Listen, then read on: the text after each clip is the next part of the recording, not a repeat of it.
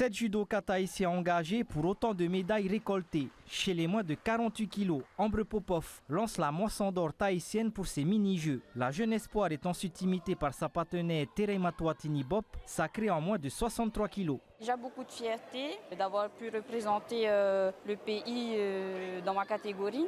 Et aussi beaucoup de respect pour les filles qui étaient dans ma catégorie parce que pour la majorité, elles sont vachement plus jeunes que moi et j'ai eu l'occasion de discuter avec certaines. Ça fait pas longtemps qu'elles ont commencé le judo. J'espère les revoir à Tahiti pour les Jeux du Pacifique en 2027. Chez les hommes, dans la catégorie des moins de 73 kg, Kyrian Vasapoli et Manatoa Luciani sont engagés dans une finale 100% tahitienne. À l'issue d'un combat haletant, Kyrian Vasapoli arrache la victoire et la 3e médaille d'or pour le clan polynésien. L'objectif c'est quand même d'arriver en finale et surtout de battre les Australiens.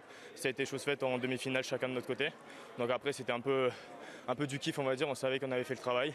Maintenant c'était de voir qui arrivait à tenir le plus longtemps et à faire tomber. Ça n'a pas été simple. J'ai cru perdre pendant un moment et j'ai réussi à revenir donc c'est trop content.